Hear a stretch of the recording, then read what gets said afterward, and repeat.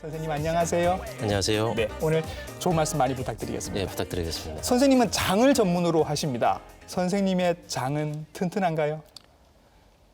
글쎄요. 알아봐야 할 것 같습니다. 예, 별 문제가 없어 보이셔서. 네. 근데 선생님과는 다르게 장에 조금 트러블이 있으신 분들, 복통, 우리가 흔히 복통하고 얘기를 하면 사르르 아프다가 많은 게 보통인데 네. 만성적으로 복통을 갖고 계신 분들이 계시다고요. 네, 그렇습니다. 우리가 복통하면은 아주 모든 사람들이 다 겪을 수 있는 네. 그런 증상이라고 볼 수가 있습니다. 그러나 이 복통이 4주 이상 네. 지속되거나 반복되는 경우에 있어서는 네. 그것을 정상으로 여기시면 안 될 것 같습니다. 4주 이상 지속되면 4주 이상. 네. 본인의 체질이라고만 생각하지 마시고 가까운 의료기관에서 네. 검사를 한번 받아보시는 것이 좋을 수 있겠습니다. 복통이 일단 있는데 이런 증상들이 같이 있을 때는 조금 긴장을 하셔야 되는 게 있다고 합니다. 어떤 증상들이죠? 예, 금방 말씀드린 대로 지속성에 대한 이야기를 금방 말씀드렸는데요. 예. 지속적이지 않다 하더라도 이러한 그 복통이 밤에 자다가도 깨어날 정도의 복통이 있다든지 이건 진짜 아픈 거죠, 그러면. 그렇죠. 네네. 생활에 또 지장이 있는 거고 그렇죠. 수면에 영향을 미친다는 것이죠. 그리고 대변을 보는데 좀 피가 섞여 나오는 피가 섞여 나온다. 그런 것이 이거는 있다든지. 장 안쪽이 뭔가 헐었다라고 볼 수 그렇죠. 있겠죠. 점막에 네네. 결손이 있다라는 예, 예. 말이죠. 예. 그다음에 체중 감소가 있다든지 예, 체중이 떨어진다라는 건 이제 소화가 잘 안 된다. 그렇죠. 소화 흡수가 안 되기 때문에 예. 그런 복통이 장 점막에 어떤 영향을 미치고 있다라고 이야기를 할 수 장이 있습니다. 장으로서 기능을 못 하고 있다. 그렇죠. 그렇죠. 네. 그리고 열이 난다. 열이 난다는 것은 이제 감염이나 염증이 있는 거다. 그렇죠. 심각하게. 네, 맞습니다. 열이 난다든지 그리고 대장암에 네. 요즘 대장암의 유병률이 많이 높아지고 있는데 네네. 대장암의 가족력이 있는 경우 아하, 부모님 중에 대장암이 있으신 분이 그렇죠. 있거나. 형제까지도 포함하는데요. 예. 거기에다 마지막으로 더하면 이러한 복통의 증상이 네. 50세 이상에서 처음 생기면은 아, 반드시 정밀 검사를 받아보시는 게 좋을 것 같습니다. 20, 30대 때는 그래도 조금 나은데 네, 50대 맞습니다. 넘어가서 갑자기 생겼다 그러면 네, 양보를 할 수 있는 상황이 아닌 것 같습니다. 그렇군요. 네. 예.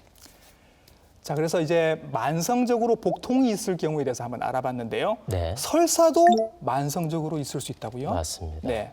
예, 우리 보통 복통이 있든 또는 없든 간에 변을 무르게 보거나 네. 설사를 자주 하시는 분들이 있습니다. 네. 마찬가지로 그것을 우리가 음식을 잘못 먹었거나 네. 어떤 감염이 위장관 감염이 있을 때는 예. 얼마든지 일시적으로 그럴 수 설사를 할 수 있죠. 있죠. 네, 네. 그러나 이러한 것이 지속적으로 나는 나의 생활이야. 식사하면 나는 화장실을 가야 돼. 이러한 분들도 마찬가지로 이게 내 체질이야, 나의 어떤 장이 좀 약해서 그래라고 네네. 덮어둘 것이 아니라 예. 그 안에 기질적인 문제가 있는가 네. 확인하기 위해서라도 꼭 검사를 받아볼 필요가 있겠습니다. 네.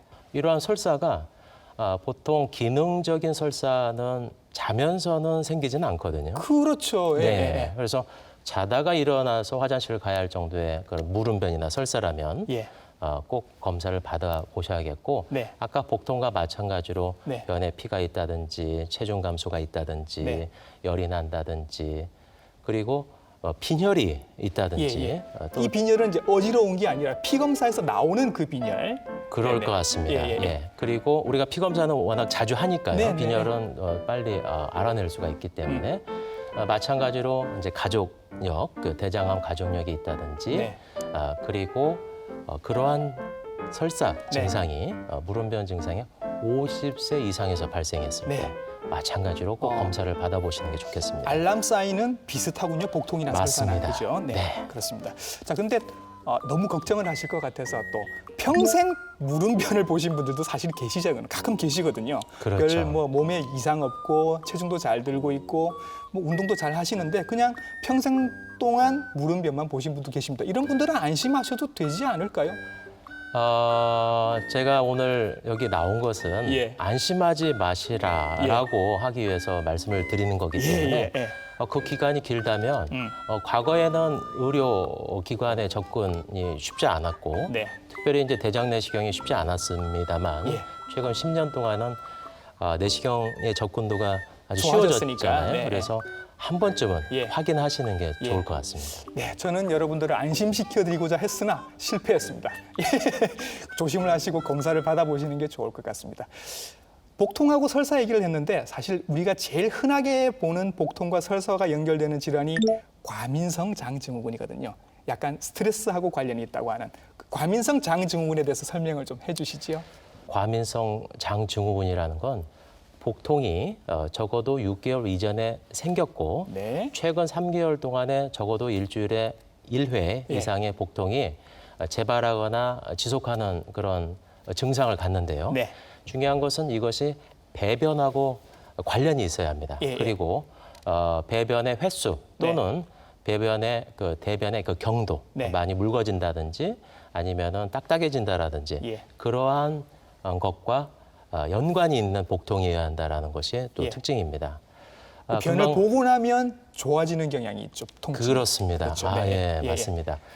그런데 거기까지는 이제 증상의 이제 과민성 장증후군의 기준이라면은 네. 거기에다가 검사에서 이상이 없을 때 최종적으로 그 진단명을 붙일 수 있다는 것입니다. 그렇죠. 그러나 많은 분들이 본인의 증상은 과민성이야 또는 과민성 장증후군이 있어라고 네. 검사를 안 하신 상태에서 예. 스스로 진단 내리고 그냥 증상에 따른 그냥 약만 드시고 뭐 이렇게 드시고 있다가 보는 그것은 때로는 위험할 수 있습니다. 예. 추가로 말씀드리면 우리가 이러한 증상만을 가지고 이제 진단을 했을 때에 네. 약 6명 중에 1명은 예. 속에 기질적인 질환이 숨어 있다라는 그런 문헌 보고가 있습니다. 그러니까 과민성 장증후군인 줄 알고 있었는데 알고 봤더니 뭔가 조금 심각한 게 있더라라는 그렇죠. 거죠. 예. 예. 자, 그래서 과민성 장증후군 있으신 분들은 이제 설사를 자주 하시다 보니까 항문 쪽으로 조금 통증도 있을 수 있고 뭐 이렇게 설사를 자주 하시다 보면 피도 좀 날 수 있고 그렇습니다. 그러다 보면 나는 그냥 치질인가 보다 라고 생각하시는 분들도 계실 수 있거든요. 치질 설명도 좀 해주실까요? 나오신 김에. 네. 치질이라 하면은 치질도 많이 알려져 있는 네. 이제 용어죠. 치질이라 하면은 항문 주변에 생기는 질환들을 통틀어서 얘기하는 이야기를 거죠. 합니다. 네. 대표적인 것은 치핵, 치핵, 그리고 치열, 치열, 치루, 치루. 그다음에 항문 주위에 주위에 농약. 농약이 예. 있을 수 있습니다. 네. 물론 우리가 이제 가장 흔하게 접하는 치질은 치핵과 치열인데요. 가벼운 치핵과 치열 같은 경우에는 네. 실제 우리가 물론 조사를 했을 때 배변 습관의 그 변화, 네. 즉 오래 화장실에 앉아 변비 있는다든지, 있으신 분들, 그죠? 네. 그리고 과도한 힘을 준 경우 이런 것들이 치핵과 치열의 위험 요소인데 그것을 좀 개선을 하고 네. 또 심하지 않을 때는 좌욕, 급성기 때 좌욕을 네. 며칠 하는 것만으로도 치료 효과를 볼 수 있습니다. 네. 그러나 중요한 것은 치열 중에서도 네. 다발성 치열이 있다든지 예. 아니면 치루가 있다든지 네. 항문 주위에 농양이 있을 때는 이것이 항문에만 병변이 있지 않고 예. 장에도 같이 동반될 수 있다라는 예. 그런 부분을 꼭 잊지 않으셔야 할 부분인데요. 이제 그런 경우에는 반드시 장 내시경도 겸해서 받아보시는 게 좋을 것 같습니다. 항문 주위만 국한된 질환인 줄 알았는데 사실은 그 위쪽으로 뭔가 문제가 있을 수도 있다라는 말씀을 지금 해주시는데요. 대표적으로 이제 염증성 장질환, 그렇죠. 네. 이름만 들어보면 이제 장에 뭔가 염증이 있다라는 얘기인 것 같습니다. 어떤 질환이지요? 염증이라 하면은 우리가 보편적으로는 좋지 않은 거, 아픈 거, 뭔가 빨리 없애야 한다라고 생각을 하기 쉬운데 실제 염증이라는 것은 우리 몸의 면역의 가장 중요한 표시다라고 그렇죠. 하시면 좋을 것 같습니다. 실제로 우리 몸에 또 몸 밖에서 또는 몸 안에서 생물학적, 물리학적, 화학적 네. 이러한 자극, 즉 우리 몸을 해칠 수 있는 것이 들어올 때에 네. 그러한 것을 이겨낼 수 있는 그 반응이 이겨내는 반응이 염증이라고 볼 수 있습니다. 예. 대부분 아까 말씀드린 대로 그런 자극들이 일시적일 경우가 많기 때문에 그러한 자극을 해결을 한다면은 염증이 없어져야죠. 그렇죠. 그런데 없어지지 않는다는 겁니다. 계속 그럼 염증이 계속되는 거예요. 그렇죠. 이 염증성 장질환에서 이 염증은 지속되는 염증이라는 것을 의미하기 때문에 심각할 수 있는 것입니다. 예. 네, 또 분리해서 말씀드리면은 일반적으로 우리 감염성 장질환이 있을 수 있잖아요. 뭐 잘못 먹어서 식중독 그렇죠. 이런 거 그런 거. 예. 이제 세균이라든지 세균 독소 또는 바이러스에 의해서 우리가 위장관 감염이 될 수 있습니다. 네. 그런 공격 인자가 우리 몸에 들어왔을 때는 염증이 발생을 하죠. 네. 위장관 감염에서 위장염이 생기는데 예. 그것은 그러한 것들이 제거가 되거나 사라질 때에 없어지는 일시적인 염증이라고 볼 수 있습니다. 그렇죠. 이제 금방 낫는 거니까. 네. 그렇죠. 예. 염증성 장질환에 이에 반해서 그러한 특정한 자극 요인이 없음에도 불구하고 염증이 생기고 지속한다라는 것이 문제가 있습니다. 예. 계속 염증이 지속이 되면 뭐 자기들끼리 붙어버리기도 할 거고 구멍이 날기도 할 거고 그런 문제들이 생길 수 있겠네요. 그렇죠? 그럴 수 있습니다. 즉 염증은 항상 조직 손상을 동반을 그렇죠, 하게 그렇죠. 되거든요. 네. 그래서 염증성 장질환이 조직 손상이 된다면은 그게 소장이나 대장에 생긴다면은 네. 소장과 대장의 기능이 네. 손상이 될 것이고 소장의 기능은 음식을 소화 흡수해서 우리 영양분을 계속 공급시켜주는 네. 그런 문에 해당되는데 네. 그러질 못하고 대장은 대변을 고형화시켰고 물을 네. 흡수하는 지역인데 그러지 못하기 때문에 설사를 일으킬 수 있죠. 동시에. 또 앞서 말씀드린 대로 이러한 것들이 항문 주변에 네. 생겨서 마치 나는 치질이 있어, 치액이 있어 라고 하는 정도 일상적으로만 생각하기 쉬운 증상으로 처음 드러난다는 거죠. 헷갈리게 만드는 거죠, 사람을. 맞습니다. 네. 예. 또 하나는 이제 궤양성 대장염 같은 경우에는 네. 혈변이 네. 피가 조금씩 섞여 나와 있는 대변이 나오기 때문에 네. 그것은 우리가 일상적인 치액하고 헷갈릴 수가 있습니다. 네. 그래서 주의를 요한다고 볼 수가 있겠습니다. 예, 이미 뭐 말씀을 해주셨습니다만은 염증성 장질환엔 몇 가지 종류가 있는데 저희가 오늘 다루게 될 거는 크론병이랑 궤양성 대장염 이 두 가지를 한번 나눠서 한번 저희들이 설명을 들어보도록 하겠습니다. 먼저 크론병 얘기를 한번 들어보겠습니다. 최근에 그 가수 윤종신 씨가 네. 크론병 환자라고 본인이 말씀을 하시고 치료를 받고 있다고 합니다. 환자가 굉장히 많은 것 같습니다. 궤양성 대장염까지 합치면 아이젠하워 대통령, 그다음에 아베 수상, 그다음에 개그맨 장동민 씨 같은 경우도 이런 병들을 앓고 있었다고 합니다. 굉장히 흔한 병인 것 같습니다. 네. 크론병에 대한 설명부터 먼저 한번 들어보도록 하겠습니다. 예, 이제 염증성 장질환을 크게 두 가지로 나누죠. 그 중에 하나가 이제 크론병과 궤양성 대장염인데, 네. 이제 크론병 같은 경우에는 이제 입에서 항문에 이르기까지 그게 이제 긴 그 장이죠. 장의 전부잖아요, 그러면. 그렇죠. 네네. 입에서 항문에 이르기까지 어느 곳에서든지 생길 수가 있습니다. 예. 그래서 그런 생기는 것이 띄엄띄엄 주로 생기고 네. 그 깊이가 매우 깊기 때문에 장 바깥으로도 그 염증이 나가게 됩니다. 그리고 그러한 염증이 소장에서 주로 많이 생기기 때문에 아까 말씀드린 대로 소장은 소화 흡수하는 지역이잖아요. 예. 그래서 흡수가 안 되기 때문에 설사를 물론 할 수 있고 또 그러한 염증이 매우 깊게 들어가기 때문에 장이 협착이 일어나기 때문에 장관 통과에 문제가 생깁니다. 그래서 그러한 협착으로 인해서 복통이 오게 됩니다. 설사, 복통. 영양분이 흡수가 안 되니까 어린 나이에서는 성장 장애가 있거나 어른에서는 체중 감소가 있게 됩니다. 그리고 아까 이제 항문까지 이른다라고 했는데 그것이 항문 주변에 생기면 아까 치질과 같은 치루, 항문주의 농양과 같은 그런 양상으로 나타날 수 있는 것이죠. 그런데 항문에서만 이제 보이면 이게 크론병인 줄 모르고 우리는 그냥 치질인가 보다 이렇게 생각을 하는 맞습니다. 거죠.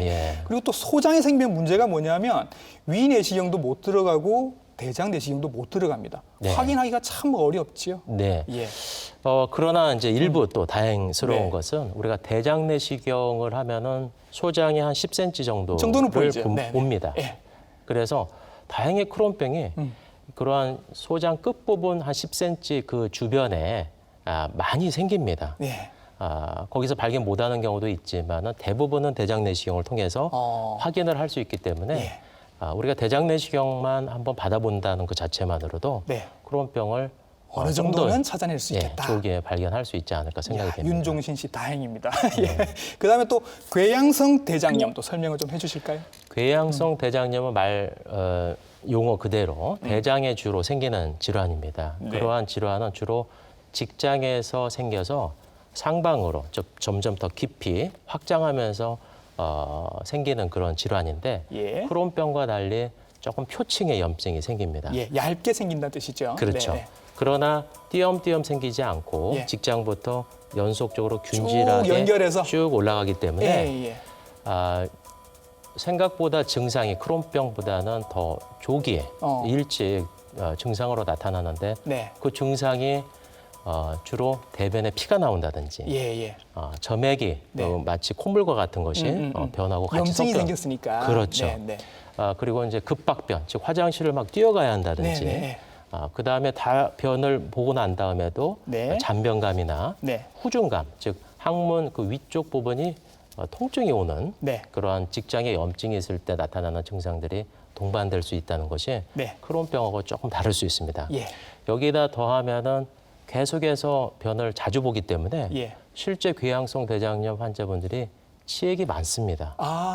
그래서 그래서 대변에 피가 있어서 치액 수술만 하고 예. 또 피가 나오니까 또 한 번 수술하고 예. 알고 보니까 나중에 보니까 장에 염증이 있더라 이렇게 발견되는 경우도 적지 않게 있습니다. 치액 치료는 계속 받았는데 자꾸 증상이 계속돼서 봤더니 문제는 그 위쪽에 있었더라 이게 되는 거군요. 네, 크론병은 이제 치루 또는 항문주의 농양이고 예. 이제 궤양성 대장염은 치액이 같이 동반되는 경우가 네네. 그래서 많습니다. 예. 네, 이게 말씀을 쭉 듣다 보니까 네. 치질 있으신 분들이 불안해지실 것 같아서 점점 어떤 경우에 좀 조심을 해야 된다 그런 증상들이 있을까요? 염증성 장질환을 의심할 수 있는. 의심할 수 있는. 예. 최근에 학자들이 모여서 이 염증성 장질환이 생각보다 늦게 진단되는 경우가 많아서 그것도 아주 중요 그 증상이 무엇일까 네. 의심해야 할 그런 것들을 좀 모아봤습니다. 그 중에 하나가 첫 번째로 꼽는 것이 반복되는 치루라고 하고 있습니다. 치루가 계속된다. 네. 예. 즉 다시 말해서 항문에 통증이 있고 네. 또 거기에 고름이 자꾸 잡힌다. 네네. 진물이. 네. 그러면은 치루가 있다고 생각할 수 있는데 그렇죠. 그런 것들이 반복해서 있다. 그러면은 항문만 볼 것이 아니라 꼭 장을 봐야겠다는 예. 것이죠. 그리고 지속적인 복통, 설사, 네. 체중 감소가 예. 보통 같이 있거든요. 이제 그러한 증상이 있을 때 그리고 대변에 피가 반복적으로 묻어나오고 네. 점액변이 있을 때 예. 우리가 이러한 염증성 장질환을 강하게 의심을 하고 네. 반드시 검사를 받아보는 게 좋을 것 같습니다. 예, 이게 치액이 치액으로 끝나지 않은 치루가 치루로 끝나지 않는 경우가 있으니까 이런 경우에는 반드시 검사를 받아보시는 게 좋겠습니다. 가장 흔한 게 우리가 이제 뭐 음식을 잘못 먹으면 식중독 같은 거 생기지 않습니까? 그때도 배 아프고 설사를 합니다. 그거랑 염증성 장질환은 또 어떻게 구별을 할 수 있을까요? 금방 말씀드린 대로 이제 식중독 또는 이제 감염성 위장염 같은 경우에는 예.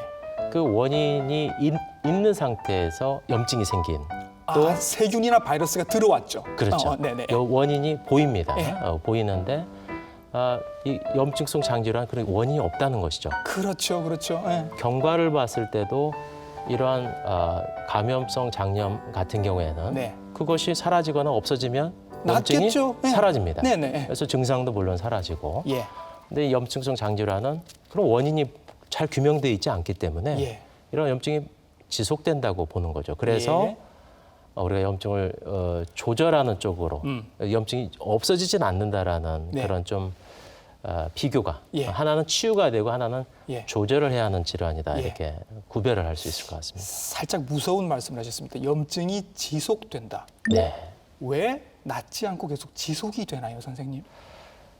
사실은 그 부분이 네. 아직 잘 규명되어 있지 않은 부분입니다. 예. 거꾸로 이야기하면은 왜 염증성 장질환이 생기는가를 예. 좀 살펴본다면 아직까지는 분명 원인이 모르는군요. 모릅니다. 네. 모릅니다만 현재까지의 것은 딱 두 가지로 보는데 환경적인 것, 그 다음에 유전적인 소인, 네. 배경 두 가지가 합쳐져서 생기는 거 아닌가? 예. 우리가 유전적인 것은 우리가 어떻게 바꿀 할 수가 수가 없죠. 없죠. 뭐 네. 그런데 이제 환경적인 부분을 말씀드리면 제일 첫 번째의 장애 환경은 아마 먹는 것일 것 같습니다. 그렇죠, 그렇죠. 예. 네. 먹는 것 중에서 이제 서구화된 식습관, 예. 다시 말해서 이게 정제된 어떤 당, 네. 즉 설탕과 같은 네네. 정제된 당, 그 다음에 지방산. 예. 과거에 우리가 잘 접하지, 쉽게 말해서 옛날 조선시대 때는 접하지 뭐 않았던 그렇겠죠. 거죠. 예, 예. 그리고 패스트푸드, 패스트푸드를 참 꼽습니다. 그리고 육류의 섭취의 증가, 네. 이런 것들이 서구화된 식습관 중에 특징이죠. 네. 그다음에 상대적으로 섬유질이나 채소, 네. 과일은 좀 덜 먹게 덜 되고 먹게 아무래도. 되는 거죠. 네. 예.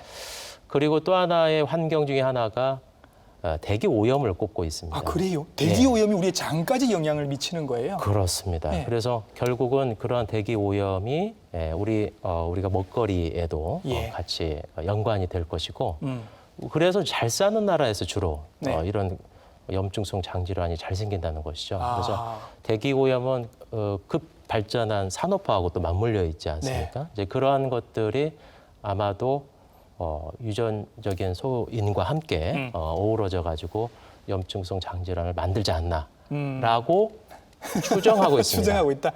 염증성 장질환이 생긴다는 건 이제 우리나라도 선진국이 되어가고 있다. 맞습니다. 실제로 예. 우리나라가 이제 서양을 따라가고 있고요. 예. 일본이 유병률이 가장 높고, 아, 그래요? 그다음 우리나라, 예. 아시아 지역에서, 네네. 그다음에 이제 중국이 따라오고 있습니다. 예. 그래서 이것이 아마도 조금 더 잘 사는 정도의 예. 비례해서 예. 나타나고 있습니다. 우리나라도 계속 환자가 늘어나고 있다고 하는데 미국은 70만 명 정도가 된다고 하니까 굉장히 많은 것 같습니다. 네. 이 뭐 장내의 여러 가지 환경하고 영향을 미친다라고 말씀을 하시니까 요즘 그 시청자 여러분들께서도 걱정이 많이 되시는 것 같습니다. 그래서 유산균 같은 거 챙겨 드시는 분들이 계시거든요. 일부러. 네. 이렇게 드시는 분들 도움이 좀 될까요? 사실은 한마디로 말을 하면은 예. 염증성 장질환 부분에 있어서 도움이 된다 안 된다 이렇게 정확히 말을 하기는 힘듭니다만, 네. 실제 우리 장내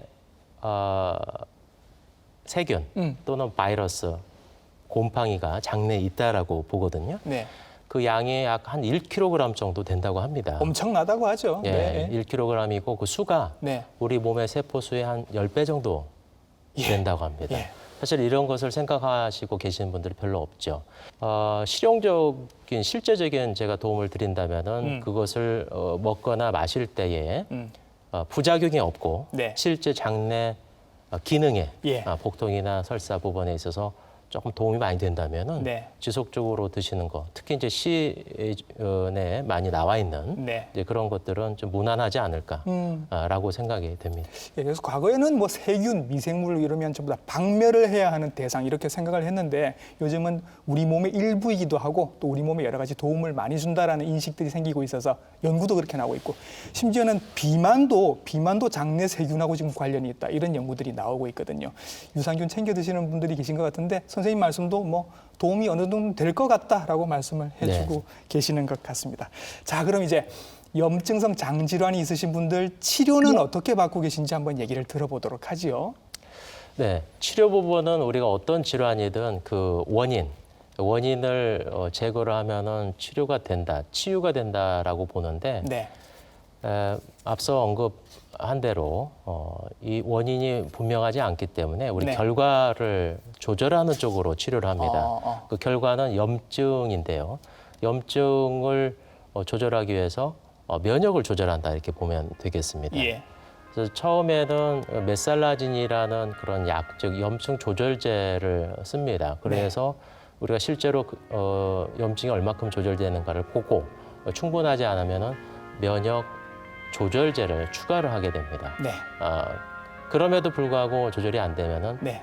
요즘 생물학적 제제라고 예. 염증에 관여하는 인자에 달라붙는 예. 항체를 주사로 치료하게 됩니다. 그런 세 가지 치료에도 불구하고 잘 조절이 되지 않을 경우에 수술을 해야 된다라는 분들도 뭐 맞습니다. 많으신 것 같아서요. 예. 특별히 이제 크론병 같은 경우에는 합병증이 발생했을 때는 예. 약물로서 치료를 하다가 안 되면은 네. 수술로 제거를 해야 하고요. 물론 이제 예. 합병증이 있는 그 부위만 제거를 하게 되죠. 네. 궤양성 대장염 같은 경우에는 네. 앞서 말씀드린 그런 세 가지 계열의 약물을 쓰고도 조절이 안 되면은 표적장기인 예. 대장과 직장을 제거하는 예. 그리고 이제 소장과 항문을 연결하는 그런 수술을 할 수가 있겠습니다. 일부 그러니까 진단을 받고 난 다음에 수술을 하시게 되는 비율이 높나요? 보통 진단을 받고 통계적으로 보면 이제 미국 예. 통계입니다만은 보통 치료를 하는 중에도 한 10년 정도를 경과를 보면 예. 크론병 같은 경우에는 4명 중에 한 3명 정도가 적어도 한 번 이상의 장 절제 수술을 받아야 한다는. 크론병은 거의 다 수술을 받는다라고 생각을 하셔도 되겠네요, 그죠? 네, 예. 그렇습니다. 그래서 조금 더 자세히 말씀드리면은 진단하고 한 10년 정도 네. 경과를 보면 약 50%가 네. 1차 수술을 받고 또 1차 수술을 받은 사람들을 또 10년 동안 관찰하면 또 50%가 2차 수술을 받는다고 합니다. 예. 그처럼 크론병은 수술을 좀 더 많이 하게 네. 되고요. 반면에 이제 궤양성 대장염은 한 10년 정도 관찰하면 한 10%가 네. 직장과 대장을 제거하는 훨씬 수술을 덜하군요. 네. 예, 예. 말씀을 하시는데 보통 10년 단위로 이렇게 말씀을 하십니다. 이게 그만큼 오래 걸린다라는 뜻인가요? 사실 이 제가 말씀드린 통계는 치료하고 있는 중에의 이야기인데 예. 치료함에도 불구하고 우리가 염증을 없이 하는 게 아니라 조절하는 것이기 때문에 네. 염증은 계속 유지된다. 그렇군요. 오랜 세월을 통해서 유지된다. 또 예. 장이 변성된다. 이렇게 생각할 수 있겠습니다. 예, 뭐 오래 걸린다고 하시고 뭐 수술도 해야 된다고 말씀을 하시니까 이럴 때 우리가 생각하는 건 이제 예방이죠, 예방. 선생님, 예방 가능합니까? 한마디로 말씀드리면 예. 예방하는 방법이 있는 건 아닙니다. 예. 단지 오히려 지금 대부분이 늦게 발견이 되기 때문에 네, 조기 발견이 중요하지 않을까. 조기 발견. 마치 우리 암에서도 진행된 암은 좀 심각해지지만 어렵고, 네. 조기 암 같은 경우 우리가 생명을 건져내는 경우가 많듯이 네. 염증성 장질환도 조기에 발견이 되면은 그 경과가 매우 양호할 수 있습니다. 예, 그래서 아까 말씀드린 대로 그런 증상이 있을 때는 빨리 검사를 받는다든지 네. 두 번째로는 주변에 생각보다 염증성 장질환 환자가 좀 있습니다. 있는 거 근데 꽤 계세요. 네. 이러한 것들이 가족력이 있을 수가 있습니다. 네. 그래서 주변에 이제 친척 중에 가족 중에 염증성 장질환이 있다면 본인이 그러한 증상에 좀 더 민감하게 네. 반응을 해서 검사를 조금 더 조기에 받는 것이 예. 조금 더 조기에 진단받을 수 있는 그런 길이 아닌가 이렇게 예. 생각이 됩니다. 예방법은 없는 것 같고 조기 진단을 하시는 게 훨씬 좋은 방법이라고 말씀을 해주고 계십니다. 오늘 나오셔서 좋은 말씀 굉장히 많이 들려주셨는데 너무 많은 말씀을 해주셔서 이것만큼은 꼭 우리 시청자분들이 기억하세요라고 하실 만한 말씀이 있을까요?